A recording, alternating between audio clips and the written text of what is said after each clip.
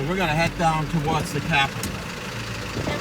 Yeah, Hamilton is our capital.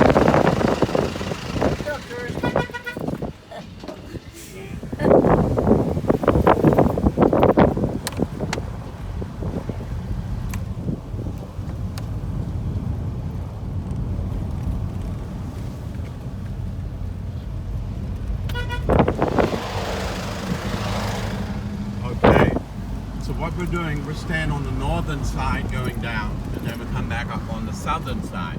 So we won't see the beaches until we're on our way back, okay? You see all the major beaches, you'll be able to get lots of beautiful pictures of all the beaches, okay?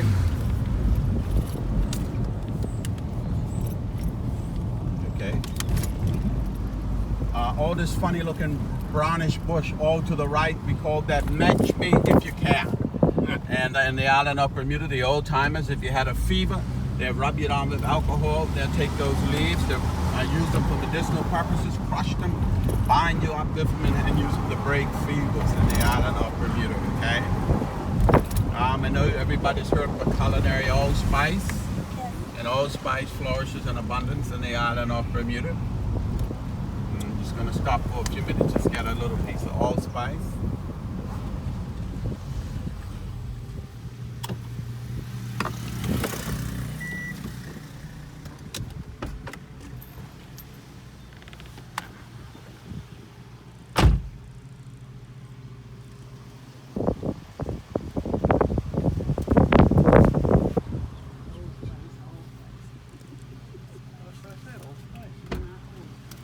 Smell the flavor and pass it back.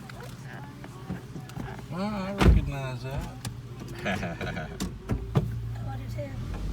Smell the aroma there, and you can smell the fragrance of the allspice. And well, let me say a couple of things. Let me say a couple of things.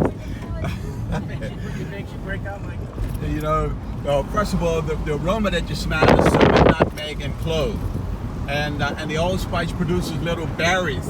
And the berries come out in the summertime, they turn deep purple, and you can eat them. And they have seeds in them, so the seed is the actual culinary allspice, okay?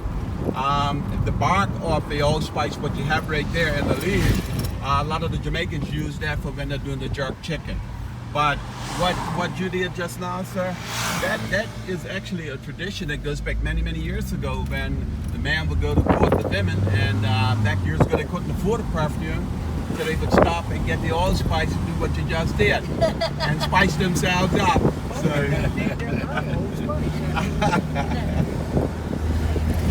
yeah, so we're coming into another parish, and we call this Warwick, okay? And the nickname is Heron Bay. You can look to the right, and you can see Heron Bay Primary School, okay? And so that's the nickname, and it gets its name from the herons, the yellow-crowned heron birds, night herons that use the frequent in the island of Bermuda in abundance. So we're in a parish called Warwick, and the nickname is Heron Bay. And every parish has something about it that stands out in distinction. For this parish, we have a pink sand beach, which is what we're going to see when we come back, and the allspice flourishes in abundance in this parish, okay? We're on our way down to Hamilton. We're going to have to make a decision. If you want, you could spend a little time in Hamilton. If you want to, it's no problem. 20 minutes or something, that's up to you. If not, we could drive through Hamilton, plan out the necessary things and keep going, and we'll spend a little time in St. George's. Whichever one you want to do in terms of perusing, okay? So remember, so you guys decide between you. When we come into Hamilton, you can tell me if you want to take a little time out, and then we'll move on after that, okay? In each parish, all of these parishes are self-contained. So you would have schools, you have supermarkets, you have gas stations, fundamental parish church, and post office, everything that's required for the family. You're going to find it in each individual parish, okay? And so we're back down on that same road called the Middle Road, and the reason for that, I'm just going through a little bit of the neighborhood so you can see the high density everyday housing. And then I'm going to cross over and let you see the more affluent, so you see the distinction between the two. Okay. If you look out to the right, you see the big pink school out here. That's a middle school, and we call it T.N. Tatum. And all of the children that live in this parish would of course go to this school, T.N. Tatum Middle School.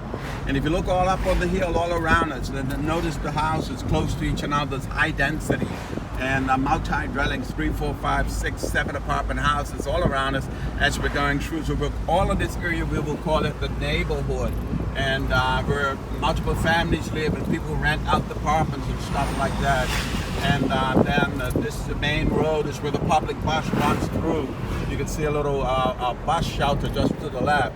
And if you look high up on the hill, this is what we call a stone quarry, where all the stone is. And that's where people cut out stone, and they're cutting out stone today to slate the houses and to build the walls. And then you can see in the neighborhood the preschool. And right next to the preschool would be a mini post office. And those that don't have transportation, they can just walk off of the hill, come down to the main road for the bus, or to walk the children to school and stuff like that. Okay? And a fundamental parish church to your left, that's St. Mary's. So this would be what we call the neighborhood.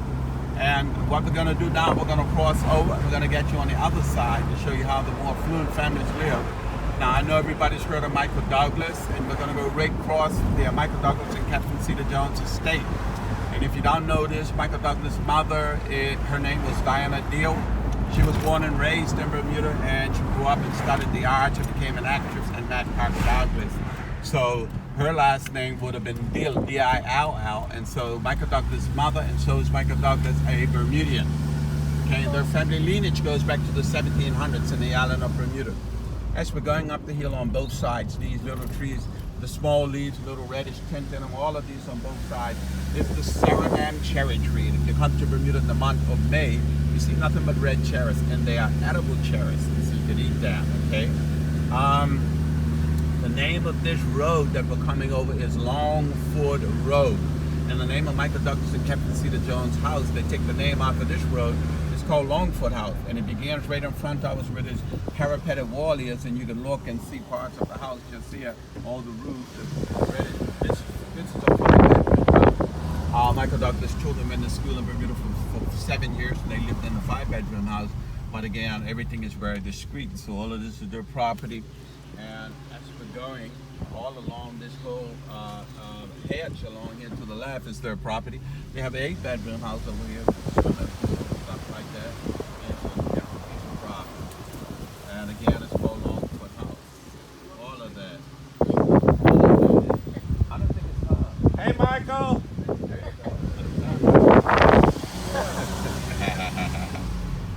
And then as we come along here,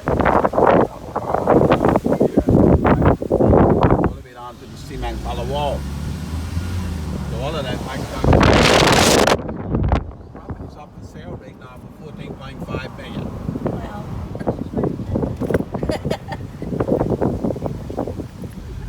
If you look out to the far left, just so you can see the island. That's called Darwin Island. That's the first airport in all the seacoast underneath the water. And I know you heard of the 60 Minutes man Morley Safer. And Morley Safer lived in Bermuda in the 80s. And if you look high to the left, you see high up on the hill, it's called Missing Top Condominium Association. And that's where Morley Safer lived in the 80s in the island of Bermuda. This is called the Harbor Road that we're on right now. And as you look across the bay, all of the houses out there, some homes for the very wealthy. Have you ever heard of a man named Dr. James Martin? He worked for IBM in the early years. He was a pioneer in software technology.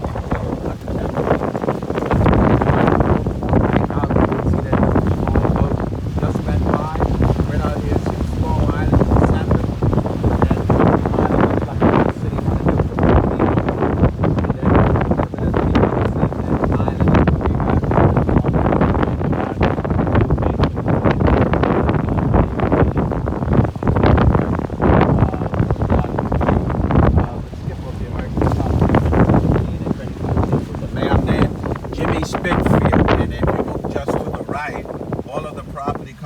to the right, the big yellow house over here, and the dock to the left belong to Jimmy Spitfield.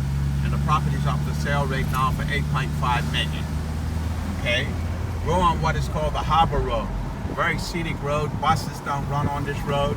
Most of the people that live along the Harbor Road would typically take the ferry boat. You can see a pink building just out here, got a ferry landing, and people would take a ferry to get them downtown. We're looking at our capital just out to the left.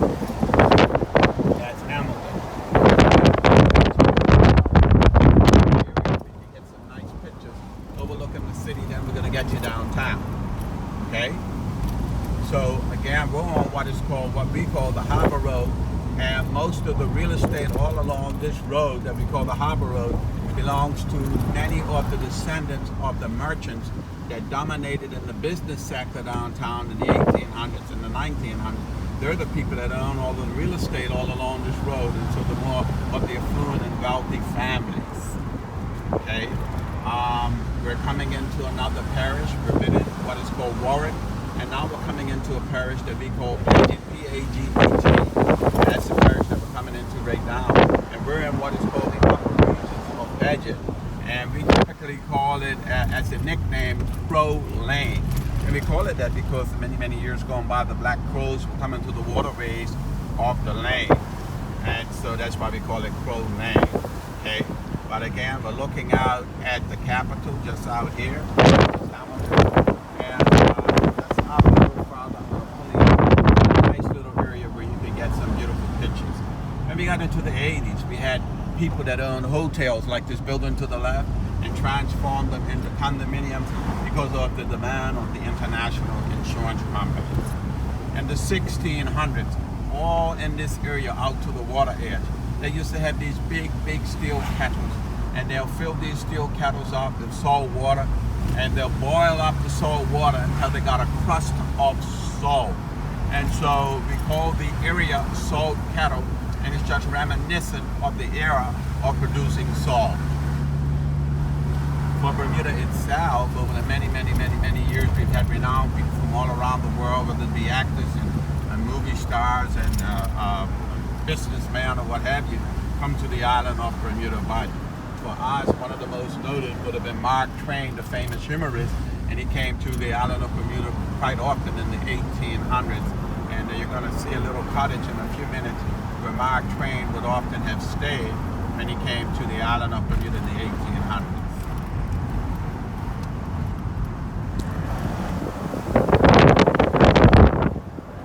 As we come along here, just slowing down just a little bit, little cottage right here we call this Shore Beach, and this is where Mark Twain stayed quite often in the late 1800s in the island of Bermuda. And one of your former presidents, Woodrow Wilson, also stayed there at Shore Beach. Okay.